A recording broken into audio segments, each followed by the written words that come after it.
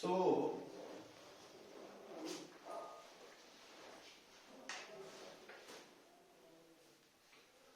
ਆਪਾਂ बेटा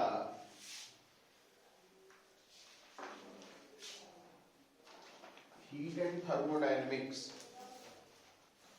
ਦੇ अंडर ये सारी डिस्कशन कर रहे हैं ना। तो ਹੁਣ देखो ਜਦੋਂ ਤੁਹਾਡੇ ਸਾਹਮਣੇ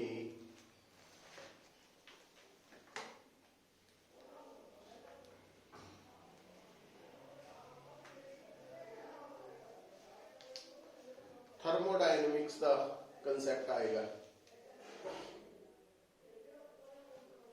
तो देखो भी एक गल बड़ी क्लियर होनी चाहिए है, चाहे मैकेनिक्स है ते चाहे थर्मोडायनेमिक्स। असी एक टर्म यूज करते हैं सिस्टम फर्क ये हुंदा वा दोनों दे विच सिस्टम दा कि जिहड़ा मैकेनिक्स दा सिस्टम है वो सिंगल पार्टिकल का भी बनिया हो सकता है, एक पार्टिकल का। पर थर्मोडायनेमिक्स का सिस्टम हमेशा कलैक्शन ऑफ पार्टिकल्स तो होएगा, मतलब बहुत सारे पार्टिकल्स तो बनिया होएगा। मीन्स जदों असी थर्मोडायनेमिक सिस्टम की गल करते हैं तो वो सॉलिड बॉडी भी हो सकती है, लिक्विड भी हो सकती है ते गैस भी हो सकती है। और चाहे गैस हुए, चाहे सॉलिड है, चाहे लिक्विड है, कादा बनिया होया नंबर ऑफ पार्टिकल्स दा, मॉलिक्यूल्स दा। ठीक है। दूसरा, जदों तुहाडे सामने थर्मोडायनेमिक सिस्टम है तो जिद्दां मैकेनिक्स दे विच सिस्टम की स्टेट नूं डिस्क्राइब करन दे लई ना असी position coordinates X Y Z use करते हैं। उसी तरह नाल थर्मोडायनेमिक्स दे विच आपां किसी भी सिस्टम की स्टेट नूं डिस्क्राइब करन दे लई जो टर्म यूज करते हैं वो हुंदी है pressure, volume, temperature, number of moles. So ये टर्म्स इन्वॉल्व होंदी। ठीक है। इस तो इलावा सिस्टम नूं कितनी हीट मिली, कितनी सिस्टम ने हीट इवॉल्व की, या सिस्टम ने कितना वर्क डन किया, या सिस्टम ने कितना वर्क डन होया। हुण एक गल सुन लियो, ये गल्लां बड़ियां बेसिक है। Work done by the system हुंदा एक्सटेंशन, ते work done on the system का मतलब है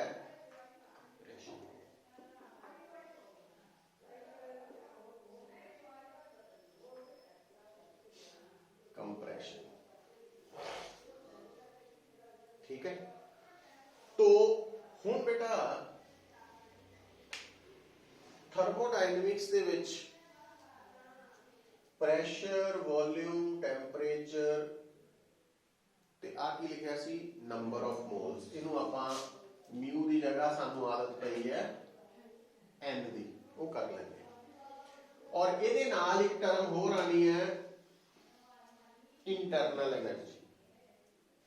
ठीक है। हुण अगर असी इन्हां टर्म्स दे नाल फैमिलियर होने हैं तो काम बड़ा ईजी हो जाता। देखो कि जो इंटरनल एनर्जी है, क्योंकि थोड़ा कोई भी सिस्टम कादा बनया होया पार्टिकल्स दा, मॉलिक्यूल्स दा। जेडे मॉलिक्यूल्स होंदे हैं ना पुत्र, वो एक तां मोशन च होंदे। हुण जिहड़ा मोशन है वो मैकेनिक्स दसदी है तीन तरह का।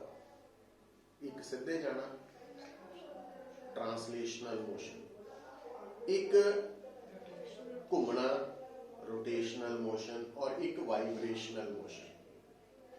तो मोशन जिहड़ा मर्जी होए काइनेटिक एनर्जी होएगी, है ना। दूसरा पोटेंशियल एनर्जी आती है, पर पोटेंशियल एनर्जी केड़ी होनी है ਮੋਲੀਕਿਊਲਸ ਦੀ, ਜਿਨ੍ਹਾਂ ਤੋਂ ਮਿਲ ਕੇ ਸਿਸਟਮ ਬਣਿਆ, ਉਹਨਾਂ ਦੇ ਮੋਲੀਕਿਊਲਸ ਦੀ ਆਪਸ ਦੇ ਵਿੱਚ ਇੰਟਰੈਕਸ਼ਨ ਕਰਕੇ, ਆਪਸ ਦੇ ਵਿੱਚ, ਉਹ ਹੈ ਪੋਟੈਂਸ਼ੀਅਲ ਐਨਰਜੀ। ਹੁਣ ਜਦੋਂ ਤੁਸੀਂ ਗੱਲ ਕਰਦੇ ਆ ਇੰਟਰਨਲ એનર્ਜੀ ਦੀ, ਤਾਂ ਇੰਟਰਨਲ એનર્ਜੀ ਨੂੰ ਆਪਾਂ ਡਿਫਾਈਨ ਕਰਦੇ ਆ sum of kinetic energies and potential energies of the molecules। ਇਹਦਾ ਮਤਲਬ ਇੱਕ ਤੀਜਾ ਫੈਕਟਰ ਵੀ ਆ ਗਿਆ, ਜੇ ਤਾਂ ਮੰਨ ਲਓ 10 ਮੋਲੀਕਿਊਲਸ ਹੈ ਤੇ 10 ਕਾਈਨੈਟਿਕ એનર્ਜੀਜ਼ ਐਡ ਹੋਣੀਆਂ ਪਲੱਸ ਪੋਟੈਂਸ਼ੀਅਲ એનર્ਜੀਜ਼, ਤੇ ਜੇ 100 ਮੋਲੀਕਿਊਲਸ ਹੈ ਫਿਰ ਇਹਦਾ ਮਤਲਬ ਇੰਟਰਨਲ એનર્ਜੀ ਕਿਸੇ ਵੀ ਸਿਸਟਮ ਦੀ ਉਹ ਕਾਹਦੀ ਹੈ, ਫੰਕਸ਼ਨ ਆਫ, पहला लिख लिए काइनेटिक प्लस पोटेंशियल एनर्जी, तो kinetic energy plus potential energy. और उस तो बाद हम काइनेटिक एनर्जी डिपेंड करते करती है टेंपरेचर ते पोटेंशियल एनर्जी दूरी ते गैप ते। दो मॉलिक्यूल्स जिन्ना नेड़े होणगे ਉਹਦੇ ਹਿਸਾਬ ਨਾਲ पोटेंशियल एनर्जी होएगी। और ਮੋਲੀਕਿਊਲਸ ਦੇ ਵਿੱਚ ਜਿਹੜੀ ਦੂਰੀ ਹੈ, ਗੈਪ ਹੈ, ਉਹ ਕੀ ਡਿਸਾਈਡ ਕਰਦਾ, ਕੌਣ ਡਿਸਾਈਡ ਕਰਦਾ, ਵੋਲਿਊਮ, ਪ੍ਰੈਸ਼ਰ। ਉਹ ਪ੍ਰੈਸ਼ਰ ਵੋਲਿਊਮ ਤੋਂ ਆਉਂਦਾ। ਸੋ ਇਹਦਾ ਮਤਲਬ ਆਪਾਂ ਕਹਿ ਸਕਦੇ ਹਾਂ ਕਿ ਇੰਟਰਨਲ એનર્ਜੀ ਕਾਹਦਾ ਫੰਕਸ਼ਨ ਹੈ, ਟੈਂਪਰੇਚਰ ਦਾ ਵੀ, ਵੋਲਿਊਮ ਦਾ ਵੀ, ਵੋਲਿਊਮ ਦੀ ਜਗ੍ਹਾ ਪ੍ਰੈਸ਼ਰ ਵੀ ਲਿਖ ਸਕਦੇ ਹਾਂ, ਤੇ ਨੰਬਰ ਆਫ ਮੋਲਸ ਦਾ ਵੀ, ਅਮਾਉਂਟ ਦਾ ਵੀ। ਹੁਣ क्योंकि गल ध्यान नाल, क्योंकि ये सारिया बेसिक गल्लां वा कि वैसे तां थर्मोडायनमिक्स दे विच सिस्टम नूं असीं तीन तरह नाल कैटेगराइज करते हैं। ओपन सिस्टम, ओपन सिस्टम च की खासियत हुंदी है कि ओपन सिस्टम सराउंडिंग तो हीट लै भी सकदा, दे भी सकदा, ते पार्टिकल्स भी सराउंडिंग नाल एक्सचेंज हो सकते हैं। जिद्दां कि जदों तुसीं मान लो पानी नूं पतीले च पा के उपरों ढक्कन नहीं लाया, बॉयल कर रहे हैं, तो पानी नूं हीट तो मिल ही रही है, पर पानी इवैपोरेट होके, बॉयल होके कुछ मॉलिक्यूल्स, वेपर सराउंडिंग वाल जा रहे हैं। ये ओपन सिस्टम है। पर जे ढक्कन ला के उन्होंने बॉयल करिए फिर वो क्लोज्ड सिस्टम हो जाए, वो सिर्फ हीट एक्सचेंज हो रही है। तो जे आइसोलेटेड सिस्टम की गल करते हैं तो ਉਹਦੇ ਚ ਨਾ ਤਾਂ ਹੀਟ ਐਕਸਚੇਂਜ ਹੋਣਾ, ਨਾ ਪਾਰਟੀਕਲਸ ਆ। ਔਰ ਉਹਦਾ ਕੰਡੀਸ਼ਨ ਕੀ ਹੈ ਕਿ ਥਰਮਸ ਫਲਾਸਕ ਹੈ, ਤਾਂ ਉਹਦੇ ਚ ਪਾਣੀ ਪਾ ਕੇ ਉਹਨੂੰ ਢੱਕਣ ਲਾਇਆ ਵਾ, ਉਸ ਤੋਂ ਬਾਅਦ ਜਦੋਂ ਉਹਨੂੰ ਸ਼ੇਕ ਕਰ ਰਹੇ ਹਾਂ ਅਸੀਂ ਤਾਂ ਵਰਕ ਕਰ ਰਹੇ ਹੈ ਨਾ। ਔਰ ਇੱਕ ਗੱਲ ਇੰਟਰਸਟਿੰਗ ਗੱਲ ਇਹ ਹੈ ਕਿ ਸਿਰਫ ਹੀਟ ਹੀ ਨਹੀਂ, ਵਰਕ ਦੇ ਕਰਕੇ ਵੀ ਟੈਂਪਰੇਚਰ ਚੇਂਜ ਹੋ ਸਕਦਾ ਵਾ। ਇਹ ਗੱਲ ਵੀ ਇੰਪੋਰਟੈਂਟ ਹੈ। ਔਰ ਹੀਟ ਵਰਕ ਇਹਨਾਂ ਦਾ ਇੰਟਰਨਲ એનર્ਜੀ ਦਾ ਆਪਸ 'ਚ ਰਿਲੇਸ਼ਨ ਦੱਸਣ ਲਈ ਸਾਡੇ ਕੋਲ ਬੜਾ ਇੰਪੋਰਟੈਂਟ ਲਾਅ ਹੈ, ਜਿਹਨੂੰ ਅਸੀਂ ਕਹਿੰਦੇ ਆ ਫਸਟ ਲਾਅ ਆਫ ਥਰਮੋਡਾਇਨਾਮਿਕਸ। तो जे तो आप डिफरेंशियल फॉर्म च लिखना, मतलब स्मॉल वैल्यूज च इदां लिखांगे। आल्सो दूसरा तरीका है कि total heat is equal to total change in internal energy दे वर्क डन। हुण एक पॉइंट्स याद रखने हैं ना फिजिक्स दे विच, इस गल का ख्याल रखना कि जिहड़ी heat given to the system है वो पॉजिटिव लगी, मतलब heat absorb by the system, तो heat released by the system negative होनी। Work done by the system positive हुंदा, ऑन द सिस्टम नेगेटिव हुंदा, जबकि केमिस्ट्री च उल्ट हुंदा। ते increase in internal energy positive है, डिक्रीज नेगेटिव है, वो सेम ही है। तो ये सारे पॉइंट्स नूं दिमाग च रखना जरूरी है।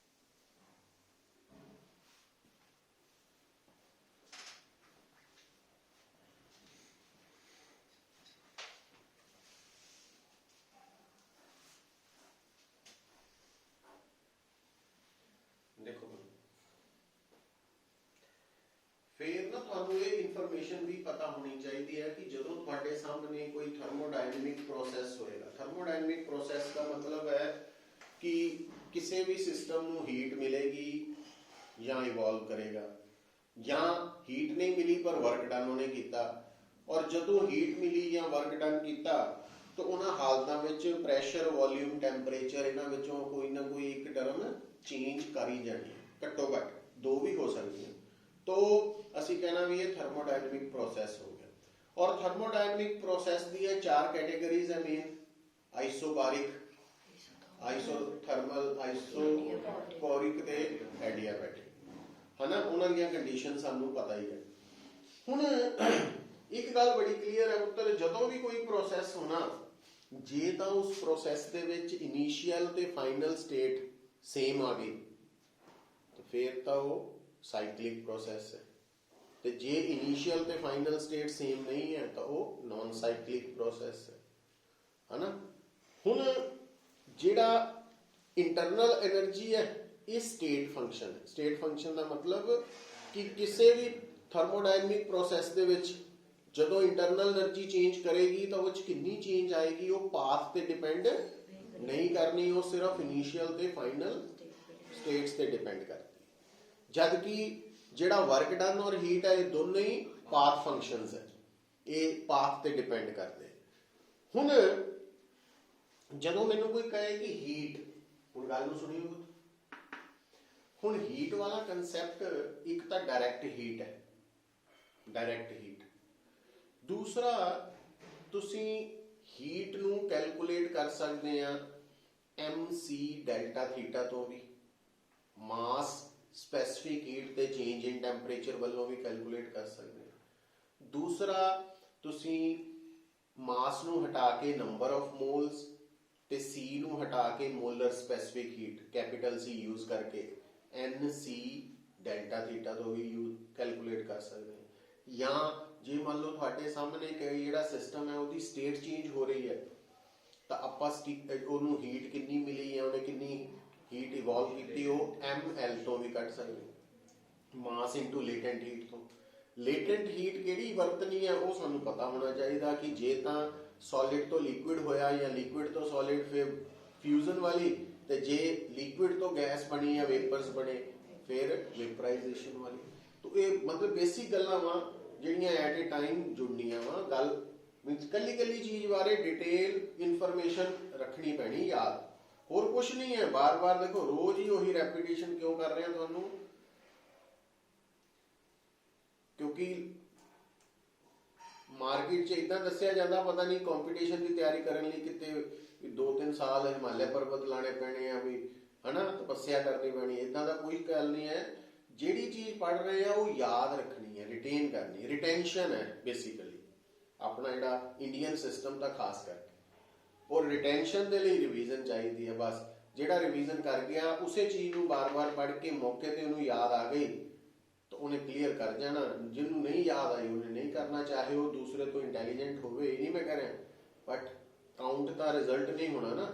ਇਸ ਕਰਕੇ ਰਿਵੀਜ਼ਨ ਮਤਲਬ ਜਿਹੜੀ ਚੀਜ਼ ਕਰੋ ਉਹਨੂੰ ਥੋਰਲੀ ਕਰੋ, ਵੀ ਇਦਾਂ ਦੇ ਹਾਲਾਤ ਹੋਣ ਵੀ ਜਿਸ ਤਰ੍ਹਾਂ ਵੀ ਇੱਥੇ ਬੈਠਿਆਂ ਨੂੰ ਵੀ ਘਰ ਦਾ ਪੂਰਾ ਨਕਸ਼ਾ ਸਾਨੂੰ ਪਤਾ ਵਾ, ਵੀ ਘਰੋਂ ਛੱਡ ਕੇ ਆ ਗਏ ਆ, ਬਟ 1 ਮਿੰਟ ਲਈ ਜੇ ਘਰ ਵੱਲ ਕੰਸਨਟਰੇਟ ਕਰੀਏ ਤਾਂ ਕਿਹੜੇ ਕਮਰੇ 'ਚ ਕਿਹੜੀ ਚੀਜ਼ ਪਈ ਸੀ, ਕਿੱਥੇ ਪਈ ਸੀ, ਸਾਨੂੰ ਦਿਮਾਗ 'ਚ ਹੁੰਦਾ ਵਾ। ਤਾਂ ਉਹ ਵਾਲੀ ਸਿਚੁਏਸ਼ਨ ਲਿਆਣੀ ਪੈਣੀ ਆਪਾਂ ਨੂੰ।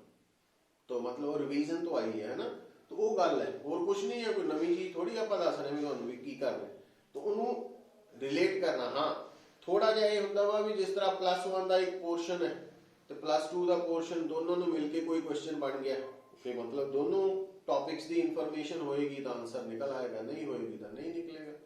ਹੁਣ ਜਿਸ ਤਰ੍ਹਾਂ ਮੰਨ ਲਓ ਕਈ ਵਾਰ ਉਹ ਤੁਹਾਨੂੰ ਕਹਿ ਦਿੰਦਾ ਵਾ ਬਈ ਇੱਕ ਚਾਰਜ ਪਾਰਟੀਕਲ ਇਲੈਕਟ੍ਰਿਕ ਫੀਲਡ ਦੇ ਵਿੱਚ ਰੱਖਿਆ ਗਿਆ, ਹੁਣ ਉੱਥੇ ਤੁਹਾਨੂੰ +2 ਦਾ ਕੰਸੈਪਟ ਆਣਾ ਵੀ ਇੱਥੇ ਤਾਂ ਫੋਰਸ ਲੱਗੀ QE, ਹਨਾ। ਅੱਛਾ, ਇਹਦਾ ਮਤਲਬ ਐਕਸਲਰੇਟ ਕੀਤਾ QE/m, ਉਹ ਐਕਸਲਰੇਸ਼ਨ ਆ ਗਈ। ਅੱਛਾ, ਉਹ ਕਹਿੰਦਾ ਇਨੀਸ਼ੀਅਲੀ ਰੈਸਟ ਤੇ ਸੀ, ਦੱਸੋ 10 ਸੈਕਿੰਡ ਬਾਅਦ ਦੀ ਵੈਲੋਸਿਟੀ ਦੱਸੋ। ਹੁਣ ਉਹ +1 ਦਾ ਕੰਸੈਪਟ ਆ ਗਿਆ, v = u + at, ਇਹ QE/m ਤੋਂ ਆ ਗਈ। ਉਹ +2 ਦਾ ਹਿੱਸਾ ਵਾ, ਉਹ +1 ਦਾ। ਕਹਿਣ ਦਾ ਮਤਲਬ कि डिफरेंट टॉपिक्स ਨੂੰ ਰਿਲੇਟ ਕਰਨਾ ਆਣਾ ਚਾਹੀਦਾ। तो होर कुछ नहीं है पुत्र। हुण ਜਦੋਂ ਤੁਸੀਂ ਥਰਮੋਡਾਇਨਾਮਿਕਸ ਦੀ ਗੱਲ ਕਰ ਰਹੇ ਹਾਂ, ਹੁਣ ਅਗਰ ਆਪਾਂ ਨੂੰ ਕੋਈ ਕਹੇ ਕਿ ਵਰਕ ਡਨ ਨਿਕਾਲੋ, ਵਰਕ ਡਨ ਨਿਕਾਲਣ ਦੇ ਲਈ ਜਾਂ ਤਾਂ ਜੇ ਆਪਾਂ ਆਹ ਫਾਰਮੂਲਾ ਯੂਜ਼ ਕਰਾਂਗੇ ਤਾਂ Q ਮਾਈਨਸ ਡੈਲਟਾ U ਤੋਂ ਆ ਜਾਏਗਾ ਵਰਕ ਡਨ, है ना। पर ਉਹਦੇ ਲਈ ਸਟੇਟਮੈਂਟ ਪੜ੍ਹਨੀ ਪੈਣੀ ਹੈ ਵੀ ਹੀਟ ਤੇ ਚੇਂਜ ਇਨ ਇੰਟਰਨਲ એનર્ਜੀ ਦਿੱਤੀ ਹੈ ਕਿ ਨਹੀਂ ਸਟੇਟਮੈਂਟ। अच्छा, एक तो ऑप्शन ये हो गई। दूसरा, थर्मोडायनामिक्स ਦੇ ਵਿੱਚ ਵਰਕ ਡਨ ਜੇ ਕੈਲਕੂਲੇਟ ਕਰਨਾ ਤਾਂ ਉਹਦਾ ਇੱਕ ਬੇਸਿਕ ਫਾਰਮੂਲਾ ਹੈ PdV ਨੂੰ इंटीग्रेट करना ना। अच्छा, और अगर स्टेटमेंट पढ़ते हुए ਤੁਹਾਨੂੰ ਪਤਾ ਲੱਗੇ ਵੀ ਜਿਹੜਾ ਇਹ ਪ੍ਰੋਸੈਸ ਹੈ ਜਿਹਦੇ ਚ ਮੈਂ ਵਰਕ ਡਨ ਕੈਲਕੂਲੇਟ ਕਰਨ ਨੂੰ ਕਿਹਾ ਗਿਆ ਉਹਦੇ ਚ ਤਾਂ ਪ੍ਰੈਸ਼ਰ ਕਾਂਸਟੈਂਟ ਹੀ ਹੈ, फिर तुसी इस फार्मूला चो इफ P कांस्टेंट है तां P बाहर आ जाना, तो फिर वो बन गया। पर ये तां बनिया जदों work done at constant pressure वाला केस है। हुण ये कित्थे हुंदा खास करके जिद्दां बॉइलिंग प्रोसैस या मेल्टिंग प्रोसैस, क्योंकि बॉयल करते हैं जो किसी चीज नूं तो इत्थे मन के चलते पे ना आपां भी कि वो एटमोसफेरिक प्रैशर ते ही बॉयल हो रहा, खुले पतीले दे विच बर्तन च असीं उहनूं बॉयल कर रहे हैं। या दूसरा मेल्ट कर रहे हैं, मतलब बर्फ पई है ओपन ची तो उहदे ते एटमोसफेरिक प्रैशर ही लग रहा ते हीट मिलन करके मेल्ट हो रही। तो ज़्यादातर ये दोनों प्रोसैसेस कॉन्स्टेंट प्रैशर ते ही हो रहे। और अगली इंटरेस्टिंग गल कि मेल्टिंग ते बॉइलिंग प्रोसैसेस कांस्टेंट प्रैशर ते भी हो रहे हैं ते कांस्टेंट टेंपरेचर तो हुंदा ही है। तो आइसोथर्मल आइसोबारिक दोनों ही हो गए, है ना। और तीसरा कि जिहड़ा मेल्टिंग प्रोसैस ऑफ आइस है उहदे च मन्निया जा सकदा वा कि मन्निया जा सकदा वा कि जदों बर्फ ने मेल्ट होके पानी बनना प्रैक्टिकली तो पानी और बर्फ का वॉल्यूम च थोड़ा फर्क आ जाना हल्का जा। क्यों? क्योंकि बर्फ की डेंसिटी अलग होंगी, आइस की, पानी की अलग होंगी, पर वो इन्ना डिफरेंस घट है कि बड़े केसिस दे विच असीं उहनूं की कर सकते हैं इग्नोर। तो जे मान low melting process of ice they which ice का वॉल्यूम ते पानी का वॉल्यूम सेम ही मन्निया गया, मतलब सानू सैपरेटली नहीं कोई इन्फॉर्मेशन दी गई, वो फिर सेम मान लेना तो वो वर्क डन जीरो हो जाना थोड़ा, क्योंकि वॉल्यूम कोई चेंज ही नहीं किया, वो आइसोकोरिक भी हो गया नाल। सो इस तरीके नाल आपां सोचना। अच्छा, हुण ये जिहड़ी वर्क डन कैलकुलेट करना तुसीं जां उधरों कर सकदे या इधरों, तो वो डिपेंड करना कि इनू सिलेक्ट होना। प्लस तीसरी ऑप्शन है PV diagram, pressure volume diagram, और ਉਹਦੇ ਅੰਡਰ किस तरह ਅਸੀਂ वर्क डन कैलकुलेट करते हैं उधर। तो ਉਹਦੇ ਲਈ ਤੁਹਾਨੂੰ ਦੱਸਿਆ ਜਾਂਦਾ ਆ ਤਾਂ ਹੋ ਗਿਆ ਸੀ ਨੋਟ, है ना, ਉਹ ਕਰ ਲਓ।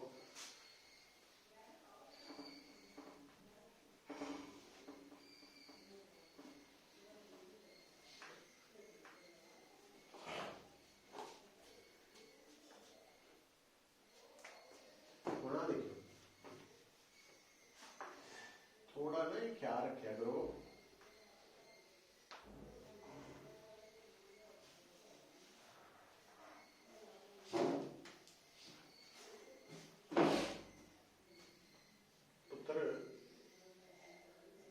जिहड़ा प्रोसैस है ये नॉन साइक्लिक है, क्योंकि ए तो बी तक एक्सपेंशन हो रही है। हुण एक्सपेंशन का मतलब तुसीं एरो तो समझ जाओ, ए तो बी वाल जा रहे हैं और बी वाल वॉल्यूम बढ़ गया, बी पॉइंट का वॉल्यूम ज़्यादा वा, ए ते घट है, एक्सपेंशन है। ये भी माइंड च मैसेज जाने चाहिए। अच्छा, हुण जिहड़ा नॉन साइक्लिक प्रोसैस है ना, इहदे विच जिहड़ा वर्क डन है वो एरिया अंडर दा ग्राफ, आ वाला एरिया। हुण ये तां हाइपरबोलिक शेप च बनाता आपां करो, पर ये एरिया नहीं तुसीं कढ सकदे ज्योमैट्रिकली, पर तुसीं ਜਿਹੜਾ ਤੁਹਾਨੂੰ ਗ੍ਰਾਫ ਹੋਣਾ ਉਹ ਜਾਂ ਸਟ੍ਰੇਟ ਲਾਈਨ ਹੋਣਾ, ਇਨਕਲਾਈਨਡ ਹੋਣੀ, ਜਾਂ ਹੋਰੀਜ਼ੋਨਟਲ ਹੋਣੀ, ਜਾਂ ਵਰਟੀਕਲ ਹੋਣੀ, ਮਤਲਬ ਉਹ ਜਿਹੜੀ ਸ਼ੇਪ ਹੈ ਜਿਓਮੈਟ੍ਰੀਕਲੀ ਤੁਹਾਡੇ ਸਾਹਮਣੇ ਹੋਣੀ ਹੈ। ਵੀ ਰੈਕਟੈਂਗਲ ਹੈ ਕਿ ਟ੍ਰਪੀਜ਼ੀਅਮ ਹੈ, ਉਹਦੇ ਅਕੋਰਡਿੰਗਲੀ ਤੁਸੀਂ ਏਰੀਆ ਕੱਢ ਸਕਦੇ ਆ, ਤਾਂ ਉਹ ਕੋਈ ਘਬਰਾਉਣ ਵਾਲੀ ਲੋੜ ਨਹੀਂ। ਦੂਸਰੀ ਗੱਲ ਕਿ ਅਗਰ ਤੁਹਾਡੇ ਸਾਹਮਣੇ ਹੁਣ ਆਹ ਦੇਖਿਓ ਪੁੱਤ, ਹੁਣ ਆਹ ਚੀਜ਼ ਦਾ ਬਹੁਤ ਫਰਕ ਹੈ। ਹੁਣ ਜਿੱਦਾਂ ਮੈਂ ਤੁਹਾਡੇ ਸਾਹਮਣੇ ਆਹ ਕਿਹੜਾ ਪ੍ਰੋਸੈਸ ਹੈ, ਇਹ ਸਾਈਕਲਿਕ ਪ੍ਰੋਸੈਸ ਹੈ ਨਾ। ਹੁਣ ਆ पीवी है, कई बार इधर V और इधर P आ जाना, ठीक, ਉਹਦਾ ख्याल रखना। तो वो अच्छा साइक्लिक च इस चीज का कोई मैटर नहीं करना कि यूजली की होता जेड़ा हॉरिजॉन्टल केस है ना, वो इंडिपेंडेंट वेरिएबल होता, आ वाला डिपेंडेंट होता। तो इत्थे वॉल्यूम नु इंडिपेंडेंट बन करे, इत्थे प्रेशर नु इंडिपेंडेंट, तो ਉਹਦਾ कोई फर्क नहीं। हाँ आ जेड़ा साइक्लिक प्रोसेस दे विच वर्क डन किहदे बराबर है, एरिया इनक्लोज्ड, ये वर्क डन, ठीक है। तो चाहे इत्थे भी जेड़ा अंदर वाला एरिया वो वर्क डन है। प्लस होने दे थोड़ा ध्यान रखना तुसीं कि देखो इस केस दे विच वर्क डन आ सर्कल दा एरिया आएगा। हुण वो एरिया कड्डूंगे कितना, एरिया तो हुंदा पाई आर स्क्वायर, पर इस केस च एक साइड वॉल्यूम है, एक साइड प्रेशर है, तो ਉਹਦੇ ਲਈ ਕੀ ਕਰਨਾ ਹੋ ਤੁਸੀਂ,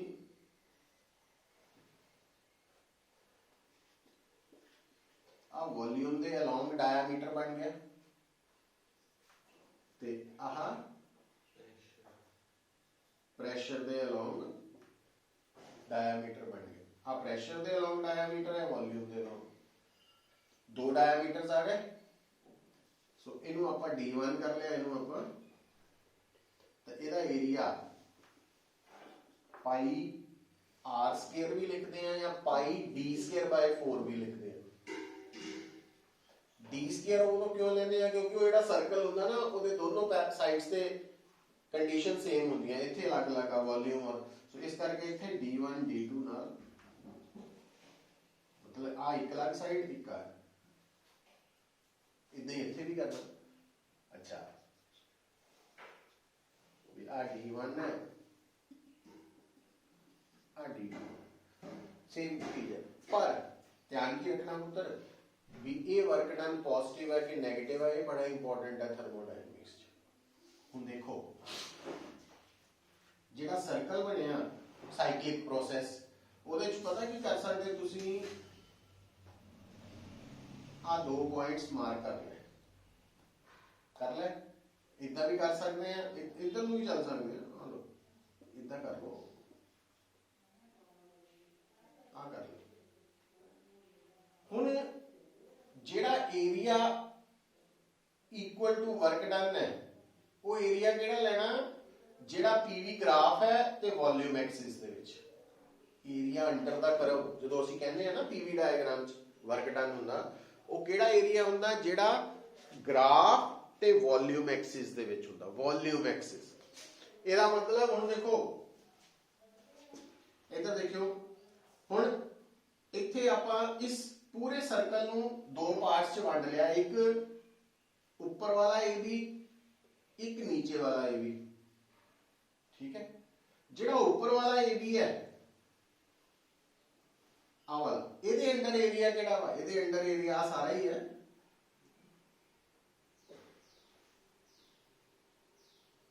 ਆ ਵਾਲਾ AB ਦੇ, पर ये एरिया पॉजिटिव है कि नेगेटिव, क्योंकि कंप्रेशन है, वॉल्यूम घट रहा है। अच्छा ते जेड़ा आ वाला ग्राफ है, आ वाला ਇਹਦੇ ਅੰਡਰ ਏਰੀਆ ਸਿਰਫ ਆ ਵਾਲਾ, ਇਹ पॉजिटिव है, पॉजिटिव एरिया ज्यादा कि नेगेटिव, ਇਹਦਾ ਮਤਲਬ ਇਹਦੇ ਵਿੱਚ ਜਿਹੜਾ ਨੈਟ ਵਰਕ ਡਨ ਹੈ ਉਹ नेगेटिव आएगा, कितना आएगा इधर बराबर। अच्छा एक होर काम करना, बड़ी बार की हो सकता ਤੁਹਾਡਾ ਜਿਹੜਾ वॉल्यूम है, वैसे तो वॉल्यूम ਦਾ SI यूनिट क्यूबिक मीटर ਹੁੰਦਾ, पर कई बार वो लीटर भी ਦਿੱਤਾ ਹੁੰਦਾ। लीटर ਨੂੰ ਪਹਿਲਾਂ क्यूबिक मीटर च कन्वर्ट कर लेना, SI बना लेना। अच्छा हम ਇਹਦੇ ਚ देखो, ਇਹਦੇ ਚ वर्क डन पॉजिटिव है कि नेगेटिव है, कितना सोचना। हुण ਇਹਦੇ ਵਿੱਚ पॉइंट्स ਇੱਥੇ ਲੈਣੇ ਆਪਾਂ A ਤੇ, क्योंकि एरिया इधर जाना वॉल्यूम एक्सिस पर, ना कि इधर, ठीक है। तो आ वाला एरिया नेगेटिव है, तो जब कि आ वाला एरिया आ वाले ਇਹਦੇ अंडर वो पॉजिटिव है, ज्यादा केड़ा ਇਹਦਾ मतलब ਇਹਦੇ ਵਿੱਚ क्योंकि आ एरो, तो इन्हां ਵੱਲ भी निगाह रखनी है। फिर सोचना भी ज्यादा केड़ा वर्क डन है, उन्होंने पार्ट्स च डिवाइड करके ना फिर फाइनल आंसर करना, क्योंकि प्लस माइनस करके भी आंसर गलत सही हो सकता हो, जल्दबाजी नहीं करनी। तो पर हाँ ये ख्याल रखना कि एरिए वेले वॉल्यूम एक्सिस नाल कंसिडर करनी है, वो देख लेनी वॉल्यूम एक्सिस है किस तरह, ठीक है। तो छोटे छोटे पॉइंट्स है, कोई एडी खास गल नहीं।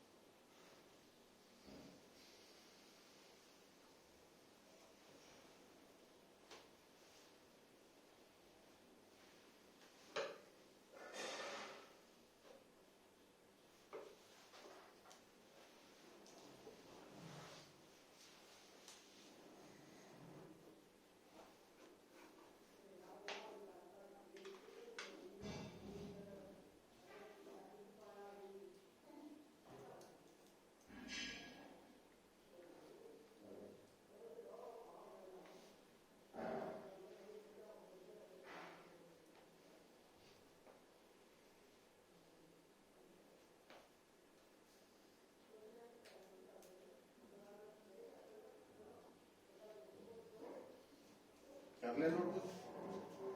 हुण देखो फिर मैं जी गल रिपीट करता हूं मैं कि कोई भी कंसैप्ट जदों असी याद रखना तो नाल ये भी याद रखना कि वो किस चीज नाल रिलेटेड है, किस कंडीशन च वो एप्लीकेबल है।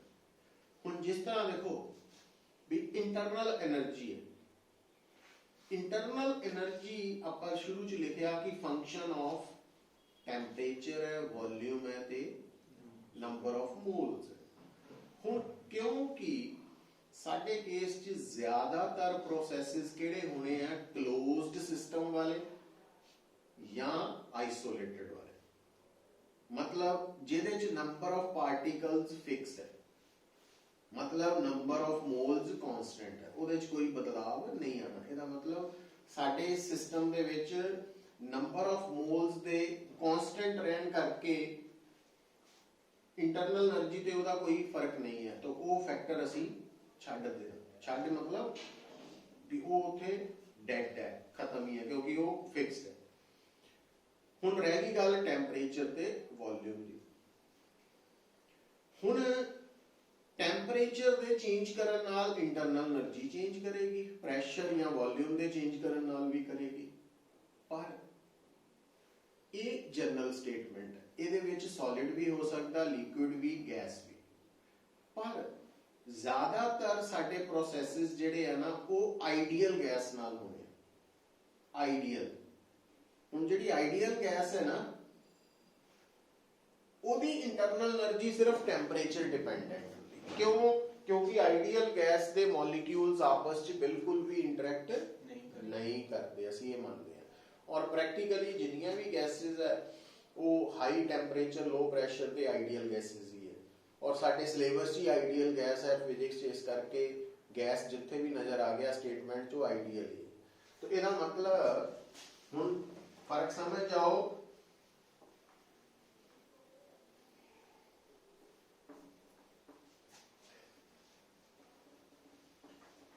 भाई अगर थोड़े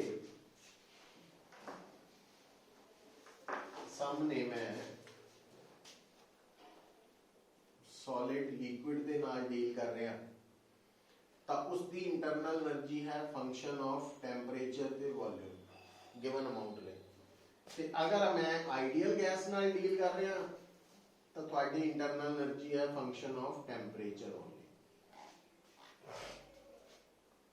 ਇਹਦਾ मतलब जे मैं ਤੁਹਾਨੂੰ ਕਹਾਂ कि आइडियल गैस ਦੇ ਨਾਲ ना आइसोथर्मल प्रोसैस हो रहा तो टैंपरेचर भी है, तो इसका मतलब आइडियल गैस की इंटरनल एनर्जी भी चेंज नहीं होनी। पर जे मैं कहा सॉलिड मेल्ट हो रहा, हुण सॉलिड मेल्ट हो रहा मतलब आइसोथर्मल प्रोसैस है, क्योंकि कोई भी चीज मेल्ट होती है कांस्टेंट टेंपरेचर, ठीक है। हुण ये किहड़ा प्रोसैस है? आइसोथर्मल। इंटरनल एनर्जी चेंज करेगी? क्यों नहीं? यही तो गड़बड़, क्योंकि आइसोथर्मल प्रोसैस सिर्फ सुन के ही आप कहना भी वो दसिया सी सर ने, वो गैस लिए मैं दसिया, क्योंकि इतने वॉल्यूम भी इनवॉल्व है। हुण जदों आइस ने पानी बनना तो टैंपरेचर की रहना कांस्टेंट, पर वॉल्यूम प्रैक्टिकली है ना, चाहे थोड़ी चेंज है पर चेंज आनी है। क्यों? क्योंकि पानी की डेंसिटी ते फर्क होता, या मैं वॉल्यूम चेंज करना वा, चाहे वो कैलकुलेशन बहुत थोड़ा फर्क है बट है, it means internal energy change करेगी, है ना। इदां ही बॉइलिंग प्रोसैस भी होएगा। मतलब हुण जे आपां कहिए कि बॉइलिंग प्रोसैस आइसोथर्मल है तो ਉਹਦੇ ਚ इंटरनल एनर्जी चेंज नहीं करनी, वो अद्धी गल याद रखी ते वो भुल गए बाकी गल। सो ये चीज़ां जिद्दन तुसीं रिटेन करना शुरू करता तो कोई भी एग्जाम है क्लीयर करना कोई मुश्किल नहीं, हर सब्जैक्ट लिए नहीं। प्रॉब्लम कितने आती है भी असीं पढ़ते पूरा वा, याद अद्धे रख पाते हैं, अपनी अपनी इन द सेंस है भी टाइम की कमी है, रिवीजन नहीं हुई या केयरलैस हो गए थोड़ा जिहा, तो वो फैक्टर्स है पुत्र। तो जिद्दन वो सुधार लोगे तो उदन कोई भी कंपटीशन एग्जाम होएगा, कोई भी, मैं कह रहा ये नहीं भी मेडिकल का या किसी भी फील्ड जो है क्लियर हो जाना। ठीक है, गल नूं पूरा समझ के पूरा रिटेन करो किस कंडीशन तो अगे आने आप। हुण ज्यादातर केसेस च की होना, आइडियल गैस नाल ही असीं डील करना। हुण आइडियल गैस दी इंटरनल एनर्जी कितनी चेंज कीती है, तो आइडियल गैस दी चेंज इन इंटरनल एनर्जी कड्ढण दा फार्मूला हमेशा आ लगना, चाहे आइडियल गैस नाल जेड़ा मर्जी प्रोसैस हो रहा। क्योंकि आ ना देख के कन्फ्यूजन हो जाती है भी ये सिर्फ कांस्टेंट वॉल्यूम वाला ही प्रोसैस है। सीवी की होंदी है molar specific heat at constant, तो उत्थे लगदा वा बट है नहीं। तो आइडियल गैस दी चेंज इन इंटरनल एनर्जी कड्ढण दा फार्मूला है हमेशा अंडर एनी प्रोसेस, तो NCV/dt। अच्छा, हुण जिहड़ी मोलर स्पेसिफिक हीट है ना, वो दो तरह नाल असीं गैस नाल जोड़ते हैं। एक हुंदी है CP, दूजी हुंदी है और दोनों का डिफरेंस किसी भी गैस लई R के बराबर है। सिर्फ गैस लई है, सॉलिड लिक्विड ही नहीं है। अच्छा, सॉलिड लिक्विड च दोनों ऑलमोस्ट सेम ही हुंदी है। अच्छा, एक होर थोड़ा फर्क समझो, जेड़ा कैपिटल C है उसकी जगह अगर स्मॉल c लिख लीए,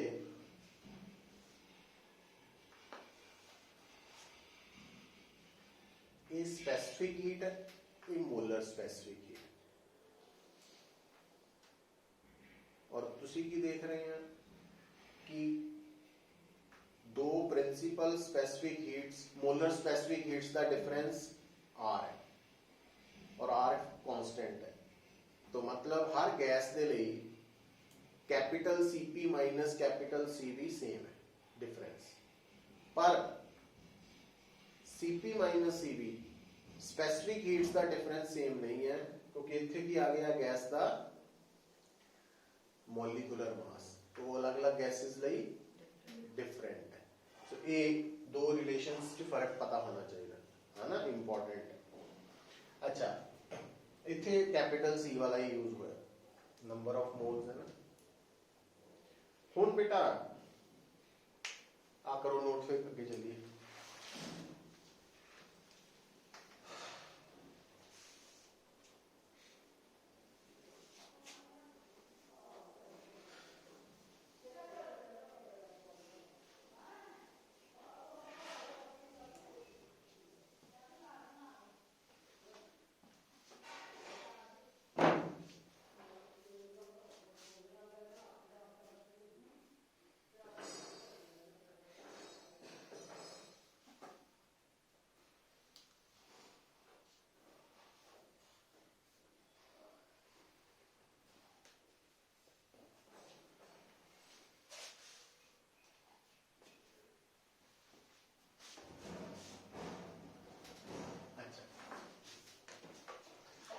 फिर पुत्र आ भी याद रखना कि जी आइडियल गैस है, क्योंकि ये CP माइनस CV R है, तो CP ओवर CV गामा है गैस के केस। और अगर थोड़ी गैस मोनो एटॉमिक है तो CV होएगी 3/2R, CP होएगी 5/2R, तो गामा हो जाएगा 5/3। अगर थोड़ी गैस डाई एटॉमिक है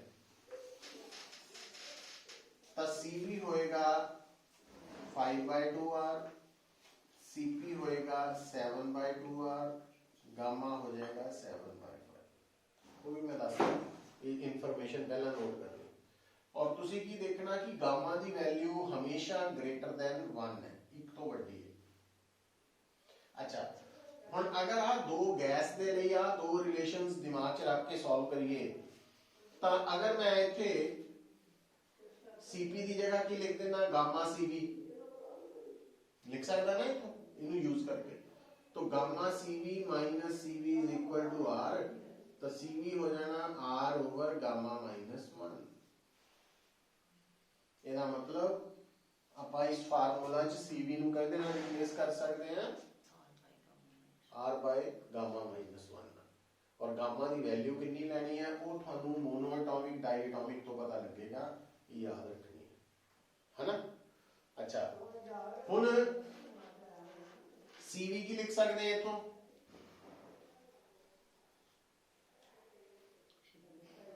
सीपी बाय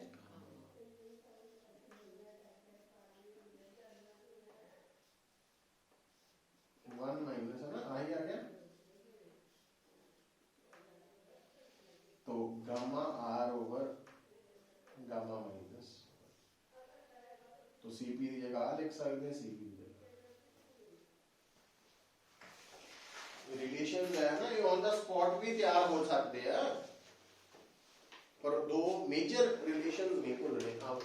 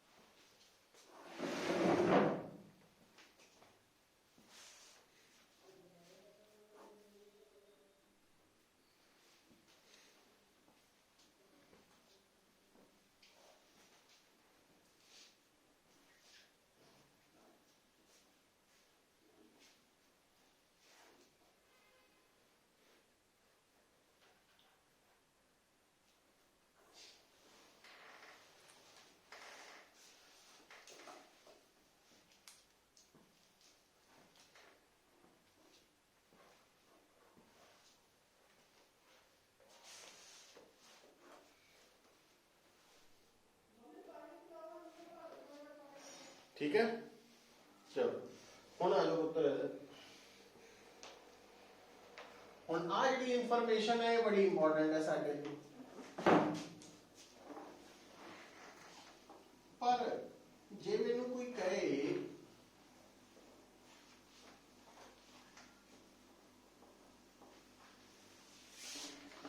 कि आइडियल गैस दे नाल, अच्छा एक होर बेटा, ਜਦੋਂ ਵੀ ਆਈਡੀਅਲ ਗੈਸ ਦੇ ਨਾਲ ਡੀਲ ਹੋਣਾ ਨਾ ਤਾਂ ਸਾਡੀ ਮਦਦ ਕਰਨ ਨੂੰ ਹਮੇਸ਼ਾ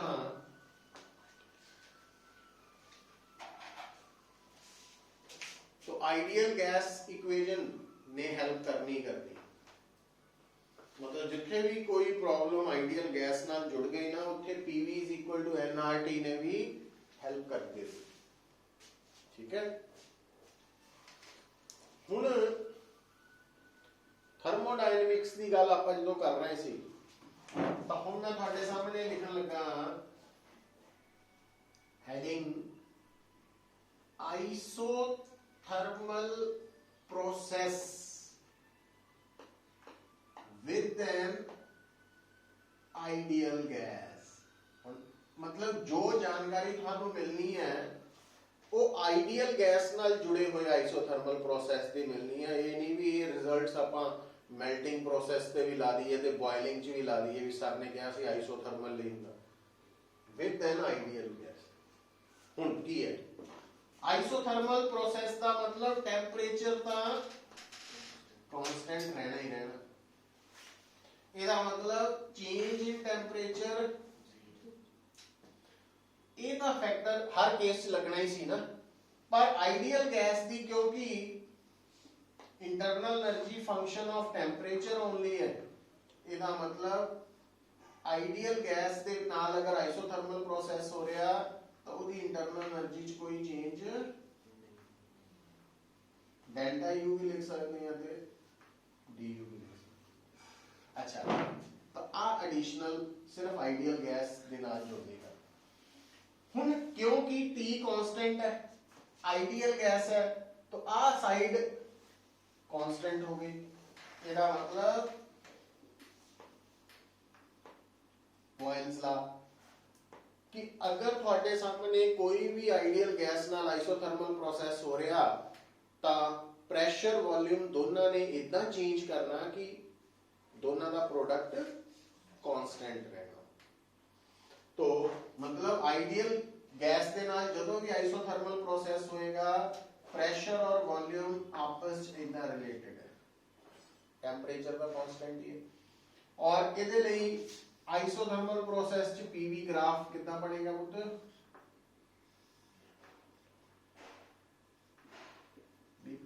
वॉल्यूम दे वजन नाल प्रेशर घटेगा,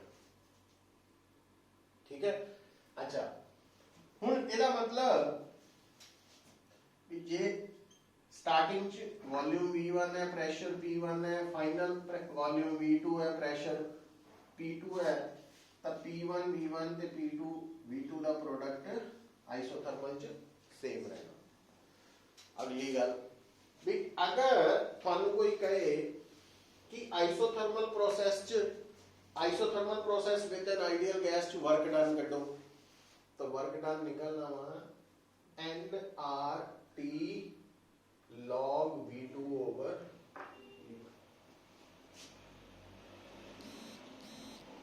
तो मतलब आइडियल गैस नाल होने वाले आइसोथर्मल प्रोसेस च वर्क डन कढन दा फार्मूला वा ये असीं डिराइव कीता होया, उस उधर चक्कर च पैण दी नहीं लोड़ PdV वाले च, तो सीधा लगा सकते।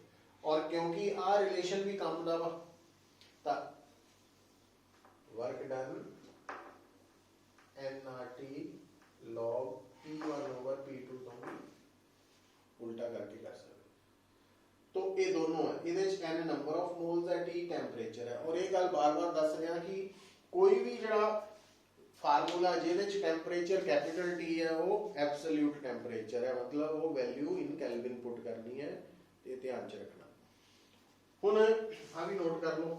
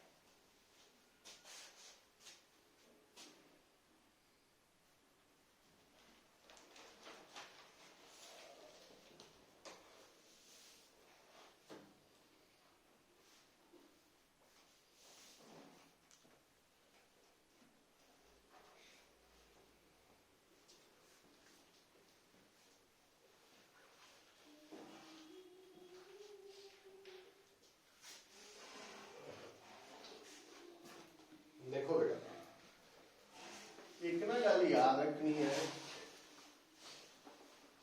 क्योंकि जो आप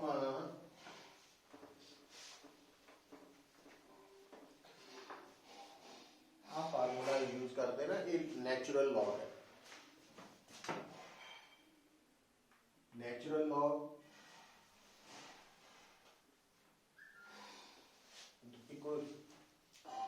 बिल्कुल सेम है, एक चीज है। तो 0.693 यदि वैल्यू बड़ी जगह पे यूज होता।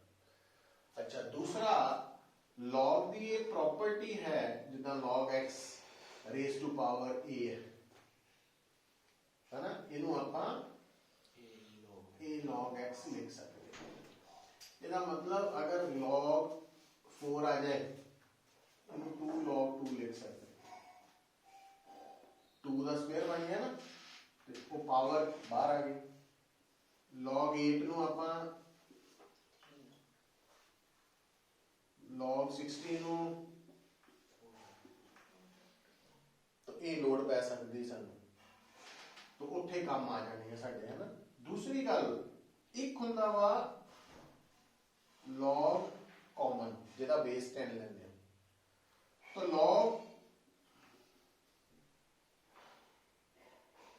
ठीक है, तो इसका मतलब log 100 की बन गया 10 का स्क्वायर, सो 2000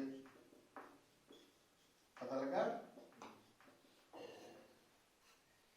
तो ये कुछ बेसिक रिजल्ट्स है जिहड़े तुहानू याद होने चाहिए है ताकि काम इजी हो जाए। दूसरा इन्हां दा आपस की रिलेशन है पुत्र, log x नू 2.3026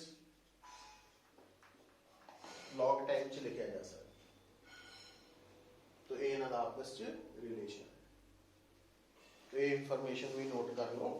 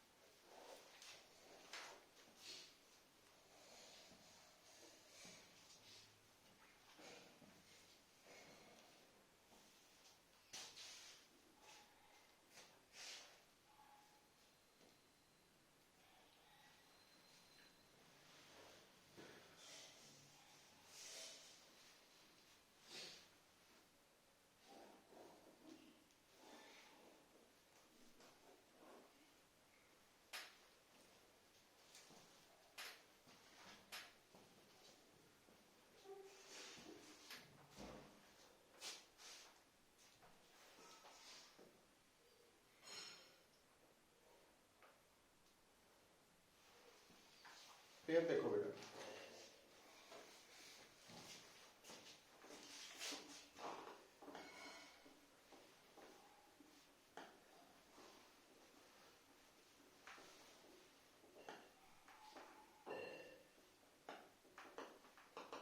देखो एक टर्म आती है, क्योंकि आइडियल गैस नाल डील करते हैं degree of freedom.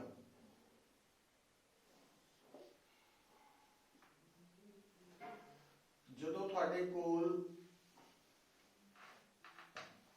Ideal gas है mono atomic, degree of freedom पर मॉलिक्यूल, एक आइडियल गैस दे एक molecule the degree of freedom. Degree of freedom होंदी है, फ्रीडम का मतलब पता ही है आजादी, डिग्री मतलब कितनी, कितने परसेंट आजादी है ना। कहने का मतलब कि गैस दे मॉलिक्यूल्स एनर्जी पोजेस करते, ਉਹ ਕਿੰਨੇ ਤਰ੍ਹਾਂ ਨਾਲ એનર્ਜੀ ਨੂੰ ਸਟੋਰ ਕਰ ਸਕਦੇ। ਜਿੱਦਾਂ ਆਪਾਂ ਪਰਸਨ ਦੀ ਗੱਲ ਕਰੀਏ ਵੀ ਪਰਸਨ ਜਿਹੜਾ ਵਾ ਉਹਦੇ ਕੋਲ ਕੈਸ਼ ਵੀ ਹੋ ਸਕਦਾ ਘਰ ਪਿਆ, ਬੈਂਕ ਬੈਲੈਂਸ ਵੀ ਹੋ ਸਕਦਾ, ਪ੍ਰੋਪਰਟੀ ਵੀ ਹੋ ਸਕਦੀ ਹੈ ਹਨਾ, ਕੋਈ ਸ਼ੇਅਰਸ ਦੀ ਇਨਵੈਸਟਮੈਂਟ ਵੀ ਹੋ ਸਕਦੀ ਹੈ। ਮਤਲਬ ਉਹਦੀ ਓਵਰਆਲ ਉਹਦੇ ਕੋਲ ਪੈਸਾ ਕਿਹੜੀ ਕਿਹੜੀ ਫਾਰਮ 'ਚ ਐਗਜ਼ਿਸਟ ਕਰਦਾ, ਉਹਦੀ ਟੋਟਲ ਜਿਹੜੀ ਵੈਲਥ ਹੈ ਉਹ ਤੋਂ ਕਾਊਂਟ ਹੋਣੀ ਹੈ ਹਨਾ। तो उदा ही असीं कहने आ कि कोई भी मॉलिक्यूल किन्ने तरीके दे नाल एनर्जी नूं पोजेस कर सकदा। तो असीं मान के चलते हैं कि जेड़ा मोनो एटॉमिक मॉलिक्यूल है आइडियल गैस के केस च, एक मोनो एटॉमिक मॉलिक्यूल की डिग्री ऑफ फ्रीडम 3 होंदी है। 3 का मतलब भी जेड़ा मोनो एटॉमिक मॉलिक्यूल है वो लाइक ए पॉइंट है, एक पॉइंट वर्गा, तो वो यहाँ अगे जा सकता, पिछे जा सकता, एक डायरेक्शन हो गई एक लाइन, या लैफ्ट राइट हो सकता दूसरी डायरेक्शन, या ऊपर नीचे ट्रांसलेशनल मोशन पोजेस कर सकता। तो इस करके मोनोएटॉमिक मॉलिक्यूल की डिग्री ऑफ फ्रीडम 3 बनते हैं। तो जिहड़ा डाईएटॉमिक मॉलिक्यूल है वो नॉर्मल कंडीशन च होती है डिग्री ऑफ फ्रीडम 5 बनते हैं। 5 मतलब कि जिहड़ा मोनोएटॉमिक मॉलिक्यूल है एक पॉइंट वर्गा, जबकि डाईएटॉमिक मॉलिक्यूल जिस तरह डंबल हुंदा ना, वेट चकदे आपां दो साइडां तो भार पिछे रॉड है, तो इदां दा हुंदा। तो ये मॉलिक्यूल अगे पिछे ऊपर नीचे लैफ्ट राइट जाण दे नाल नाल ये घूम भी सकदा वा, मतलब इदां भी घूम सकदा, ठीक है, इदां भी घूम सकदा। तो वो 2 डिग्रीज इहदियां फालतू रोटेशनल मोशन करके सी। तो इसका मतलब ये सारियां ट्रांसलेशनल मोशन है, बस ये रफली इदां याद ही रखना, ज़्यादा डिटेल नहीं। तो ये 3 ट्रांसलेशनल मोशन करके है ते 2 रोटेशन। सो ये इंफॉर्मेशन भी स्टोर कर लो एक मॉलिक्यूल।